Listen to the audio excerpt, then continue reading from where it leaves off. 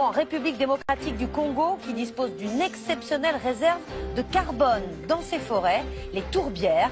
Elles contiennent l'équivalent de 3 ans d'émissions mondiales de CO2.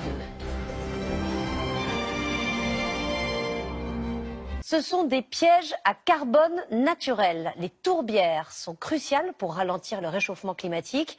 Et la plus grande réserve de tourbières se trouve en République démocratique du Congo. Selon des chercheurs anglais, elles stockeraient l'équivalent de 3 ans d'émissions mondiales de CO2. Reportage de Marc de Chalvron et Sylvain Barral. C'est une découverte fondamentale pour l'environnement et pour la planète. Au fin fond du bassin du Congo, la forêt vierge abrite une gigantesque tourbière, un écosystème méconnu qui a cette faculté de stocker du carbone. Concrètement, 3 années de pollution mondiale sont enfouies au cœur de la forêt congolaise. Un trésor empoisonné à protéger absolument, sous peine d'accélérer le changement climatique. L'expédition scientifique chapeautée par Greenpeace a établi son camp de base dans le petit village de Bozukela. Dès l'aube, accompagnés de villageois, 2 chercheurs partent à l'assaut de la forêt, en quête de cette tourbe. Ici, le passage entre les arbres là. La découverte des tourbières congolaises est récente. Il s'agit maintenant pour ces scientifiques de mesurer leur importance. Au bout d'1 kilomètre dans la forêt, les voilà déjà rassurés. Ça, c'est de la tourbe superficielle. Là, c'est une bonne tourbe. Nous allons monter maintenant l'équipement pour commencer à extraire. La tourbe, c'est cette accumulation de vieilles feuilles qui se décompose lentement du fait de l'humidité de la forêt.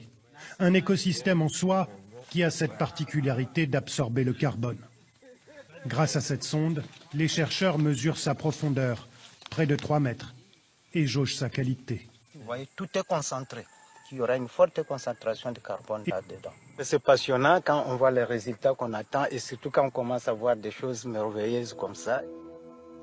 Les premiers éléments sont plus que concluants. Tout porte à croire que les prévisions des scientifiques sont exactes. Le bassin du Congo abrite la plus grande zone de tourbière au monde, sur plus de 145 000 km², plus grande que l'Angleterre. Un puits de carbone, un des poumons de la planète, mais aussi potentiellement une bombe à retardement. Les tourbières, elles nous aident parce qu'elles retirent du carbone de notre atmosphère. Donc, si on les protège, elles nous aident à réduire les effets néfastes sur le changement climatique. Mais au contraire, si on les détruit, ça amplifiera le changement climatique. Sans forêt, pas de tourbière, d'où la nécessité absolue de la protéger. Or, au Congo, la forêt, c'est d'abord une ressource exploitée. Le bois est coupé puis vendu. On peut le voir tout le long du fleuve. 1 mètre cube peut se vendre plus de 100 €, presque un mois de salaire moyen au Congo. Cet arbre est un molongo. Tout le monde en achète, mais nos plus grands clients sont des Chinois. Mais le vrai danger pour les tourbières vient de l'exploitation industrielle, car l'État congolais vend sa forêt. Voici la carte des concessions d'ores et déjà accordées. Une partie, celle qui se remplit de rouge, empiète déjà sur les tourbières.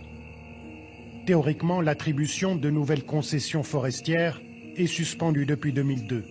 Mais 3 permis viennent d'être accordés à des entreprises chinoises, dont 2 se trouvent, elles aussi, sur les tourbières. Un problème de gouvernance dans le pays, dans tous les secteurs, et les secteurs forestiers est l'un des plus corrompus dans le pays. Quand les hommes d'affaires chinois vont jusqu'à prendre des zones qui sont vraiment proches des tourbières, et entre-temps, à Pékin ou à Beijing, les gens ne savent plus bien respirer, ils ont de cache-nez à tout moment, mais ce sont des zones qui continuent à aider. Mais lorsque toutes ces bombes vont exploser, je crois que ça sera encore catastrophique à leur niveau. La découverte des tourbières rend urgente la prise de conscience de la population locale. C'est important de protéger les tourbières. Un argument qui n'est pas forcément simple à accepter. Nous vivons des arbres, nous les vendons en échange avec l'argent. Les Chinois viennent acheter. Alors, vous nous demandez de garder ces tourbillons et pas déforester. Alors nous, qui vivons de ces arbres, qu'est-ce que nous allons bénéficier? Arriver à intéresser les habitants de la région, les transformer en gardiens de la tourbière, c'est bien une partie de notre avenir qui se joue en ce moment sur les rives du bassin du